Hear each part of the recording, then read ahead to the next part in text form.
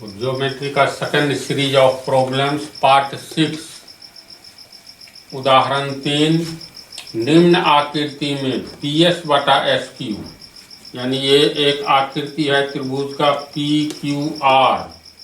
तो इस आकृति में PS बटा SQ यानी PS बटा SQ, इसका अर्थ क्या हुआ? PS अनुपात SQ हुआ ना। वैसे भी 2/3, इसका अर्थ हुआ 2:3। अगर कहीं लिखा रहे A/B बराबर मान लो 5/6, तो इसको तोड़ेंगे अनुपात में, तो A बटा के लिए अनुपात, B बराबर 5:6। पता है नहीं ये?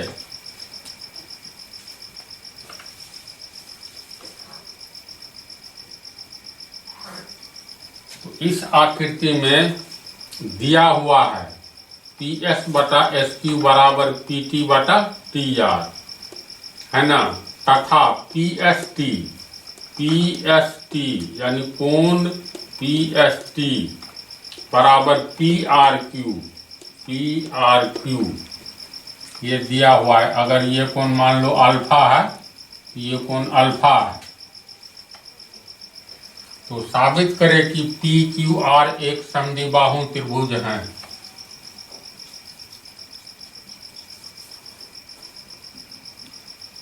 त्रिभुज PQR में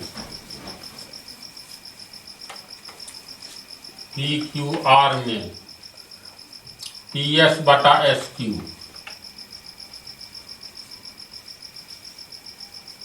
QR में दिया है कि PS बटा SQ बराबर PT बटा TR। तो इसका अर्थ है, याद करो थ्योरम, किसी त्रिभुज में अगर दो भुजाओं को काटने वाली रेखा समान अनुपात में काटती है तो वह रेखा तीसरी भुजा के समानांतर होती है। ऐसा है ना? तीसरा थ्योरम हम बतलाए थे, या तीसरा होगा, है ना इसी बात। तो लिखेंगे इसीलिए PS अनुपात SQ बराबर PT अनुपात TR। फिर ये पंक्ति लिखेंगे, हम जानते हैं कि किसी त्रिभुज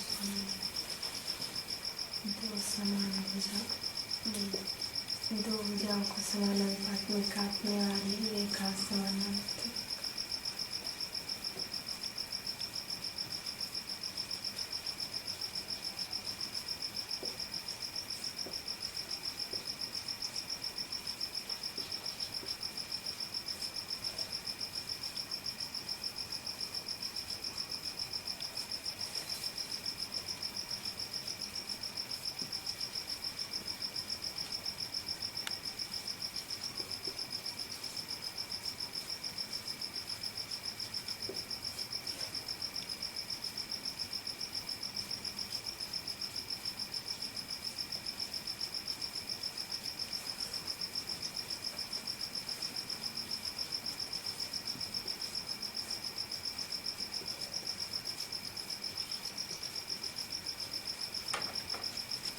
कौन सी रेखा PQ और PR को समान अनुपात में काट रहा है?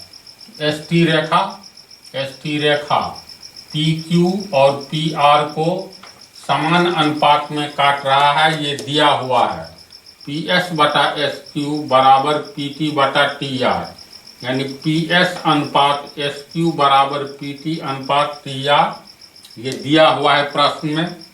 इसके अनुसार किसी त्रिभुज में दो भुजाओं को समान अनुपात में काटने वाली रेखा तीसरी भुजा के समानांतर होती है। तो त्रिभुज PQR के PQ एवं PR को समान अनुपात में काटने वाली रेखा ST है, इसीलिए ST QR के समानांतर होगा। तो लिखेंगे इसलिए एस टी समानांतर क्यू आर होगा।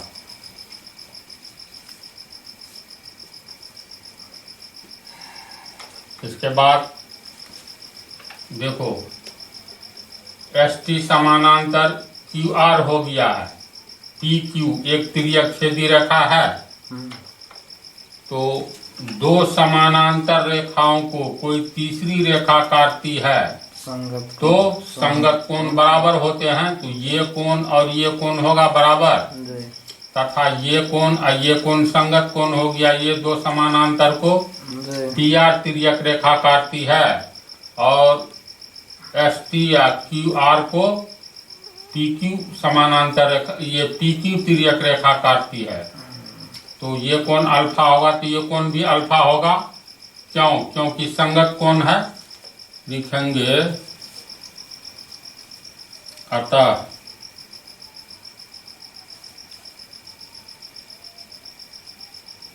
अतः कोण पी एस टी है न, ये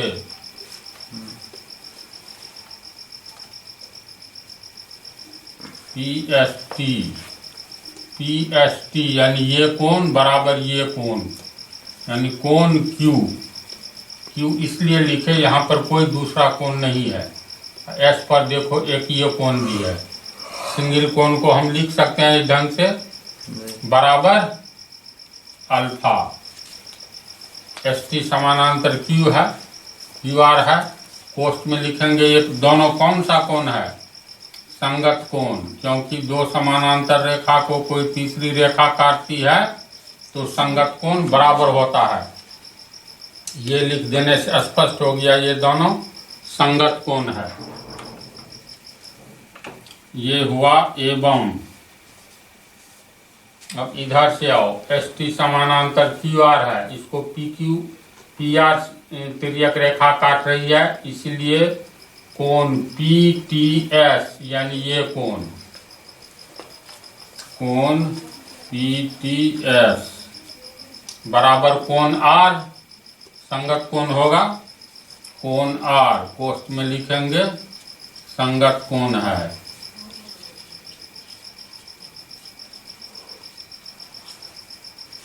होगा। और ये बराबर ये अल्फा है, तो ये भी अल्फा होगा, दोनों बराबर हो गया अल्फा। इसको मान लो समीकरण 1, इसको मान लो समीकरण 2। समीकरण 1 और 2 से अल्फा बराबर क्यू अल्फा बराबर आर, तो समीकरण 1 और 2 से अल्फा का मान क्यू है, अल्फा का मान आर है, इसलिए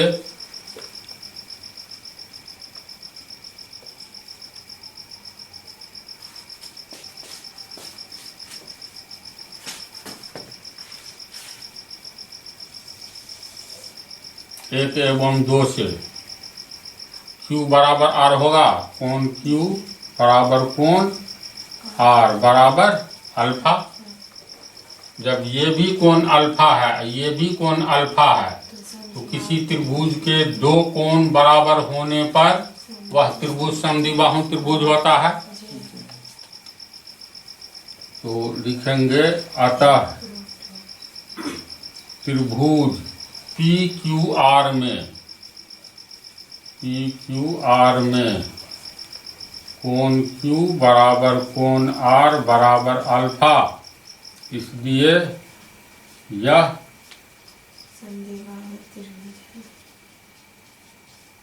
समद्विबाहु त्रिभुज है। प्रूव्ड। समझा इसको? चलो उतारो। देखो अब एक्सरसाइज 6.2 पहला प्रॉब्लम है। ये दो चित्र है, दोनों चित्र में ए बी सी त्रिभुज है, इसमें भी ए बी सी त्रिभुज है। इसमें भी दिया है डी ई समानांतर बी सी, इसमें भी दिया है DE समानांतर BC, दोनों में। तो पहला में कह रहा है EC का मान निकाल लें, दूसरा में कह रहा है AD का मान निकाल लें। समझा? तो पहला चित्र में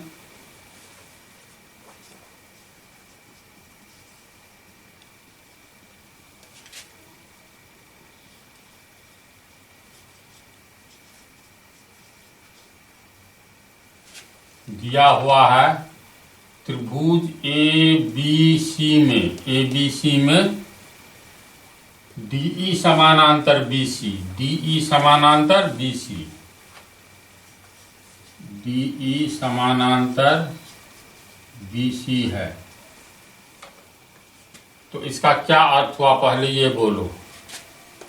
चूंकि ये त्रिभुज है, त्रिभुज में एक भुजा के समानांतर ये दूसरी भुजा हो गया। तो थ्योरम से हम लोग जानते हैं किसी भी त्रिभुज में एक भुजा के समानांतर अगर कोई दूसरी भुजा खींची जाए तो वह त्रिभुज की शेष दो भुजाओं को समान अनुपात में बांटती है। तो यहाँ दिया हुआ है DE समानांतर BC, इस चित्र के बारे में भी DE समानांतर BC। तो इसका अर्थ हुआ इस त्रिभुज में DE समानांतर BC है, तो AE बटा EC बराबर AD बटा DB होगा। लिखेंगे, इसलिए AE बटा EC बराबर AD बटा DB, AD बटा DB। ये हो गया पहला। और अब देखो मान निकालना है तुमको EC का AE का कितना है 10 cm बटा EC बराबर AD कितना है, AD है 1.5 cm 1.5 cm और DB 3 cm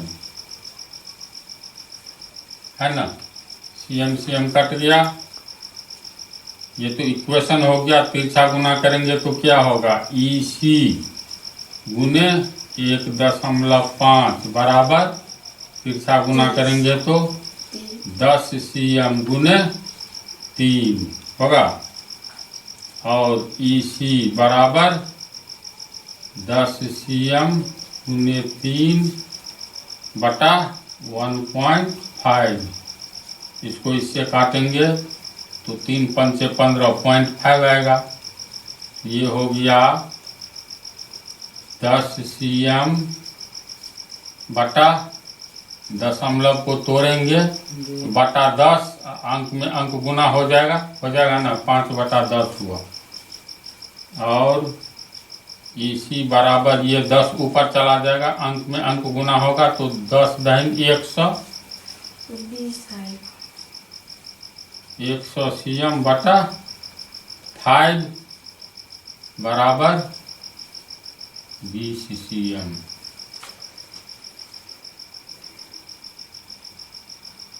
ये 1 cm है जी, नीचे है 1 सेंटीमीटर है, 10 नहीं। तो 1 या 3 होगा ना।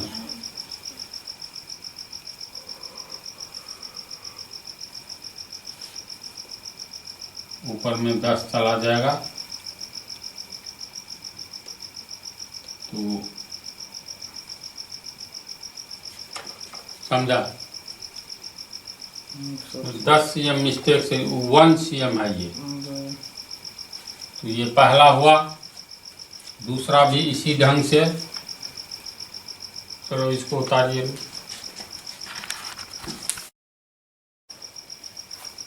इसको समझ गया।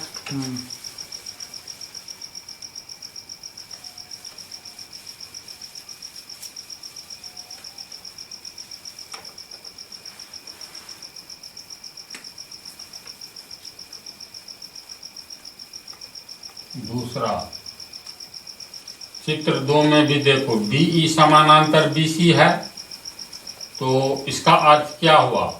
ABC त्रिभुज में एक भुजा के समानांतर ये रेखा है, तो ऐसी स्थिति में DE रेखा त्रिभुज की शेष दो भुजा यानी AB और AC को समान अनुपात में काटेगा। हम लिख सकते हैं चूंकि त्रिभुज ABC में DE समानांतर BC है, DE समानांतर BC है, इसलिए AD बटा DB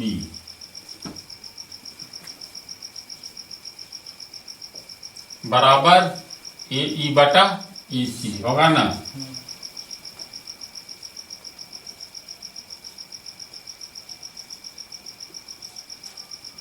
और AD का मान ज्ञात करना है।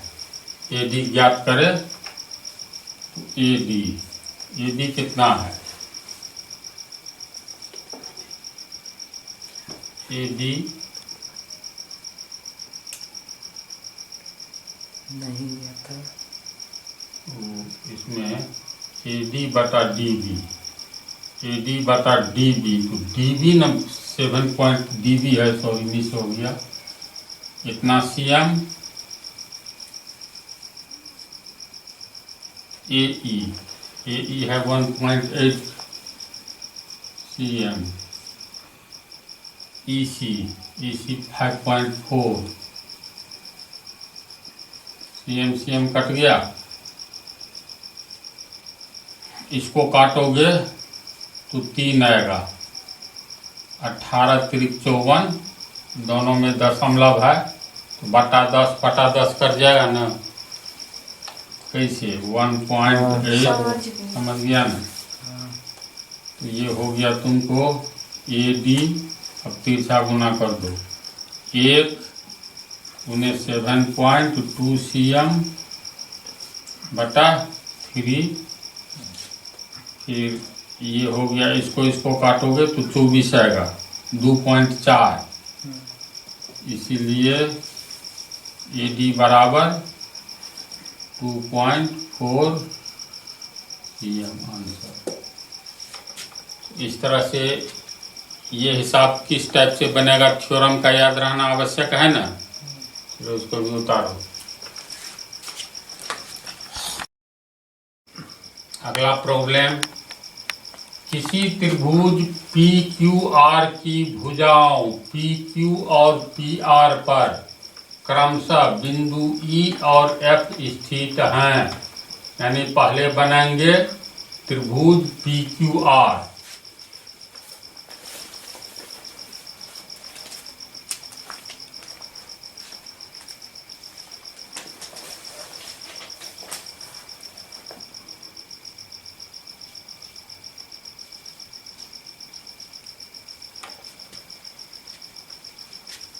PQ और PR पर क्रमशः बिंदु E, यानी PQ पर है बिंदु E और PR पर है बिंदु F।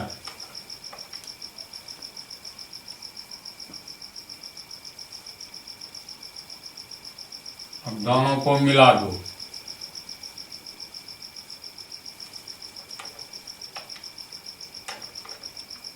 अब कह रहा है निम्नलिखित स्थिति के लिए ये 3 बातें दी हुई है, तो क्या EF समानांतर QR है? क्या EF समानांतर QR है?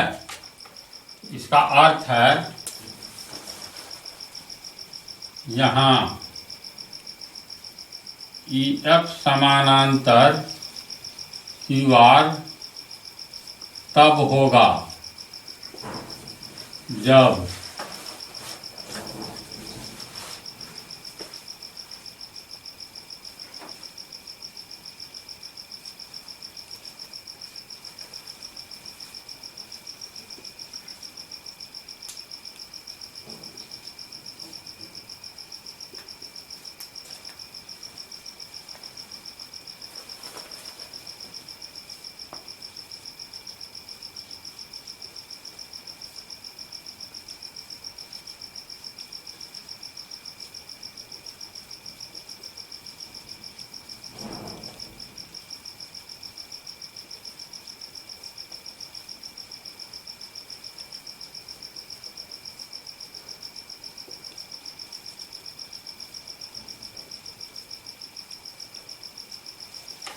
देखो ये बात सत्य है।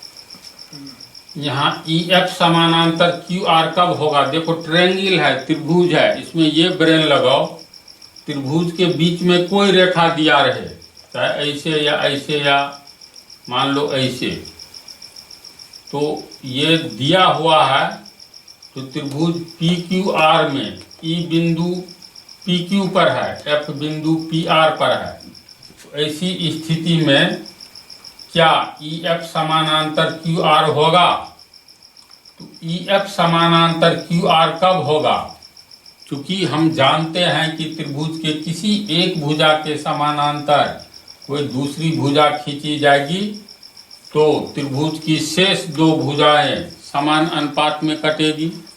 तो ई एफ समानांतर क्यू आर तब होगा, ई एफ समानांतर क्यू आर तब होगा जब ई एफ रेखा त्रिभुज पी क्यू आर की शेष दो भुजाओं अर्थात पी क्यू और पी आर को समान अनुपात में बांटे। यानी ई एफ भुजा क्यू आर के समानांतर तब होगा जब ई एफ रेखा पी क्यू और पी आर को समान अनुपात में बांटे। यानी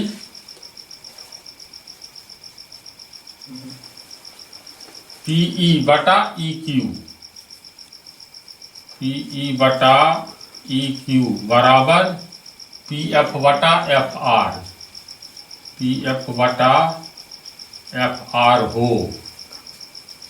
ऐसी बात होगी जी। तब अब पहला में देखो, पहला में दिया हुआ है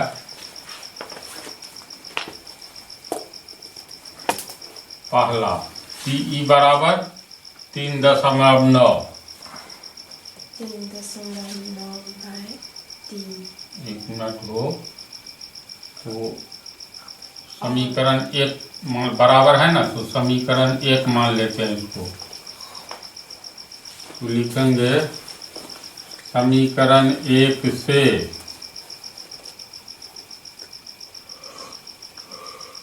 पीई बटा ई क्यू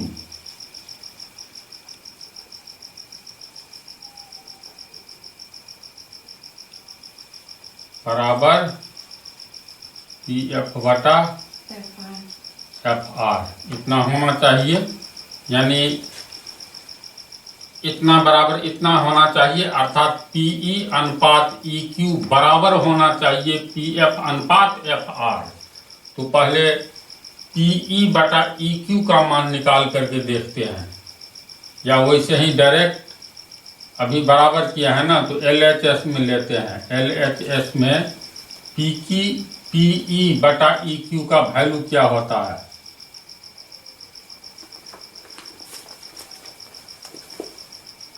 पीई कितना है? 3.9 cm, E Q 3 cm, cm cut गया, ये काटने पर कितना होगा? इसीलिए पीई बटा ई क्यू बराबर 13, 1.3 होगा, 13×3 बटा 1 होगा ना, यानी 1.3 होगा बटा 1। अब RHS निकालते हैं,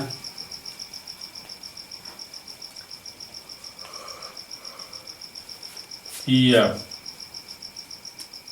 बटा एफ आर, PF कितना है? 3.6 cm बटा F R 2.4 cm, 2.4 cm, cm cut गया, इसीलिए PF बटा एफ आर ये 1.2 से काटेंगे तो ये 3, 1.2 से काटेंगे तो ये 2 होगा, यानी 3/2 बराबर 1.5, 1.5 3 बटा 1 बराबर 1.5, ये हुआ है 1.3। तो LHS RHS यानी PE बटा EQ और PF बटा FR दोनों का मान अलग अलग हो गया, हो गया ना, तो लिखेंगे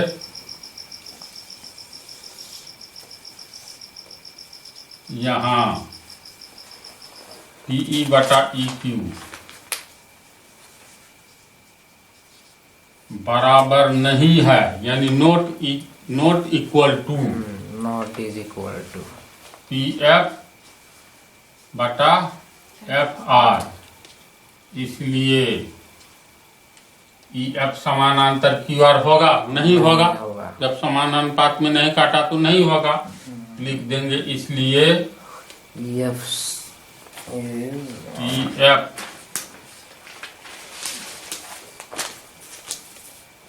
समानांतर नहीं है किसके? QR के। इस समानांतर चिन्ह को काट दो तो इसका मतलब हुआ EF समानांतर नहीं है QR के। समझा? इसी टाइप से ये दोनों भी बन जाएगा। वैल्यू बैठा दोगे, लिखेंगे दूसरा में भी समीकरण, एक से इतना बराबर इतना, LHS का मान निकालो, RHS का मान। अगर LHS बराबर RHS हो गया तब लिखेंगे इसलिए EF समानांतर QR होगा। अगर नहीं हुआ तो लिखेंगे EF is not equal to parallel to QR। QR के समानांतर EF नहीं होगा। तो इसको उतार लो, नेक्स्ट पार्ट में अगला हिसाब